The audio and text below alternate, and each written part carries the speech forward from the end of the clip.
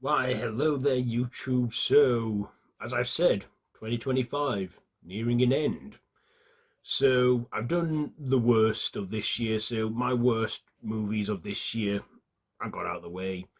But before I get to my best movies of 2025, I thought I'd do my top 10 best TV shows of this year. So, some of these are new shows, some of these are returning shows, but as long as they came out this year, I'm putting them in there. It's on my personal opinion, so if you have your own, then feel free to share in the comments. So, number 10 is Doctor Who Season 2, or Series 41. So yeah, people are saying, oh, but Doctor Who wasn't as good as it used to be. Yeah, it is not as good since the Disney deal. Thank God that deal is over now and Doctor Who is returning. Unfortunately, it's not till Christmas 2026. So we got to wait a while for that. I'm a die-hard Doctor Who fan. This had some good episodes in there too. A huge improvement and stuff, but that finale was a mess. Also, Shutty Gatwa just leaving like that at the last minute, ending it on that cliffhanger. I'd rather them just end it where it was ambiguous, where we don't see his face change, we just see it disappear into the beams. What the hell were they thinking with that ending? But I did like this season. If it weren't for that finale, and this one being a bit of a serial to it, where the arc in it was the Doctor trying to get Belinda home. Yeah, this, Disney just ruin everything they touch, and they ruined Doctor Who. Russell T Davies, his lousy writing as well for the finale. Come on, man. What happened to those days when you wrote David Tennant episodes? What's going on?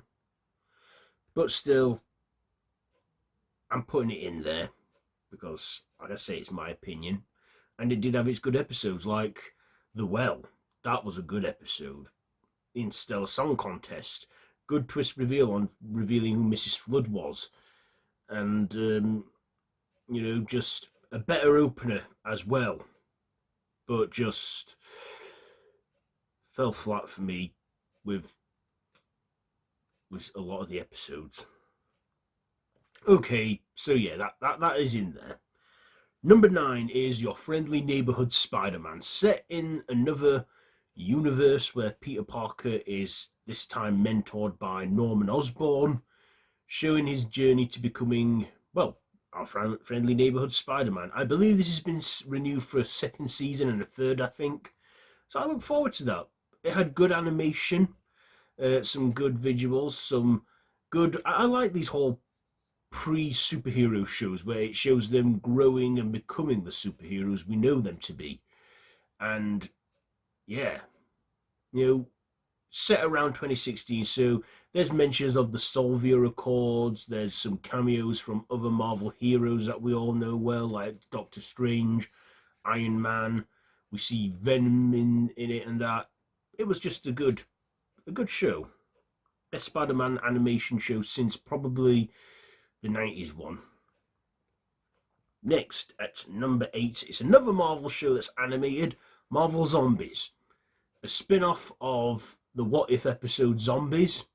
We see the continuation of the zombie outbreak around that world and how they plan to resolve it.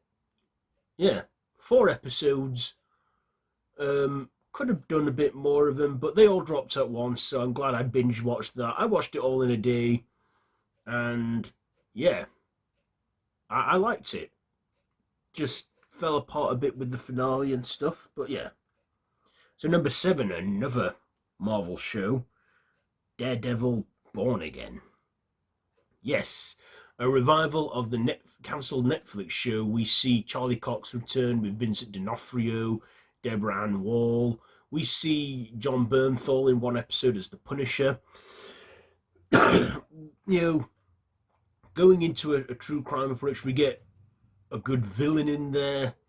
We get a murder mystery. We get this is everything that, I wanted from it, and we got it. And it's been set for a second season. Originally intended to be an 18-episode series, they decided to break them into two 9-episode seasons. So we got season 2 coming in 2026. So I look forward to that. So, number 6, Alien Earth. Yes, the Alien franchise is back, this time on the small screen. Set in somewhere in the Alien franchise, we see them on Earth. We see synthetics with kids' consciousnesses transferred into them. We see the xenomorphs back. We see the horror. We see the violence. We see the monsters. We see the sci-fi, the horror. I was surprised to see Adrian Edmondson in this, who is known for comedy stuff like The Young Ones and Bottom. But yeah, great show, and I believe it is coming back for a second season. So, number 5, it is The War Between the Land and the Sea, the most recent show on this list. A mini-series that is a Doctor Who spin-off, which is the final part of the Disney deal. And this was actually better than the main show. I mean, you can tell that from it being higher on the list.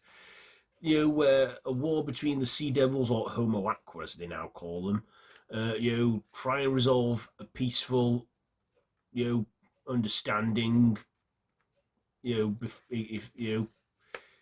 environmental messaging behind it and stuff. But the final episode, Russell T Davies, what's gone on in recent years? You just can't make that landing, can you?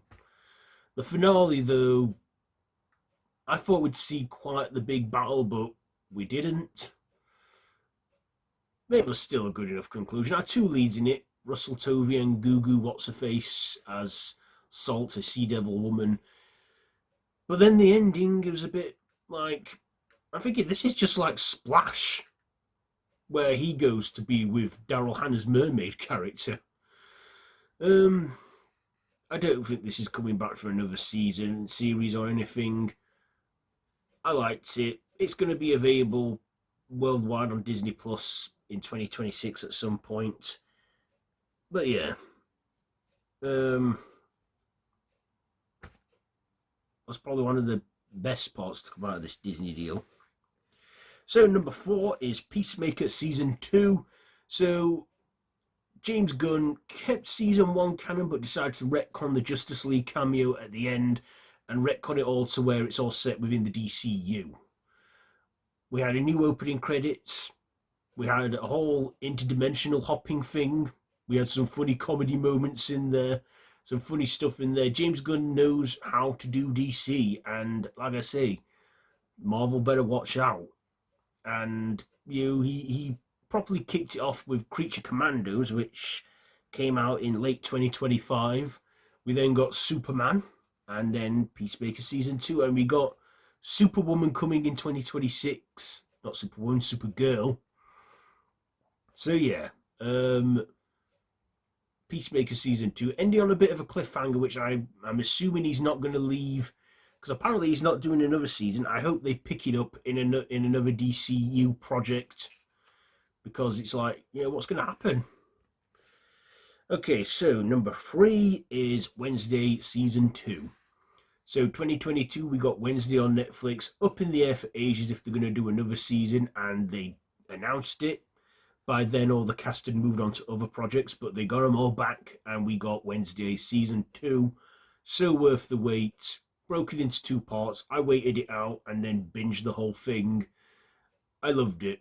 From Jenna Ortega's performance as Wednesday, from Emma Myers as her best friend Enid, to returning characters like, Catherine Zeta-Jones as Morticia.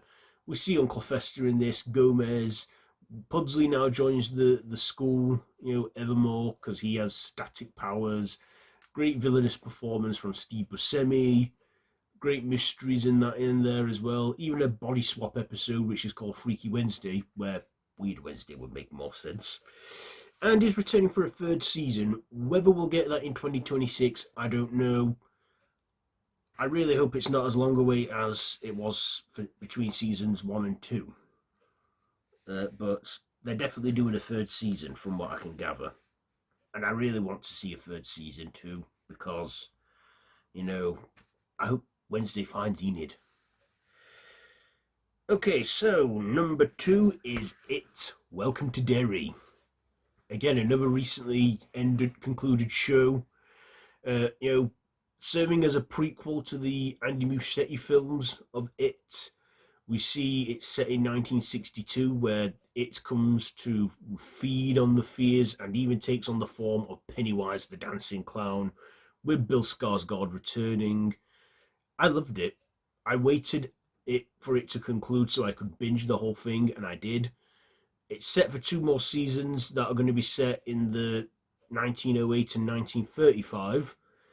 Which year they'll go with first? They're going to play it out of chronological order, but yeah, I'm like, yeah, sure, I'll be down for 2 more seasons of this, of It, just as long as they don't make another It movie that's chapter 3.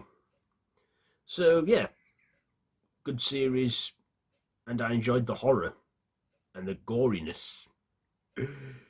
Okay, my number 1 pick. Some of you may or may not agree with it, but it is my all-time favourite show of this year. It's a returning show. It's Gen V Season 2.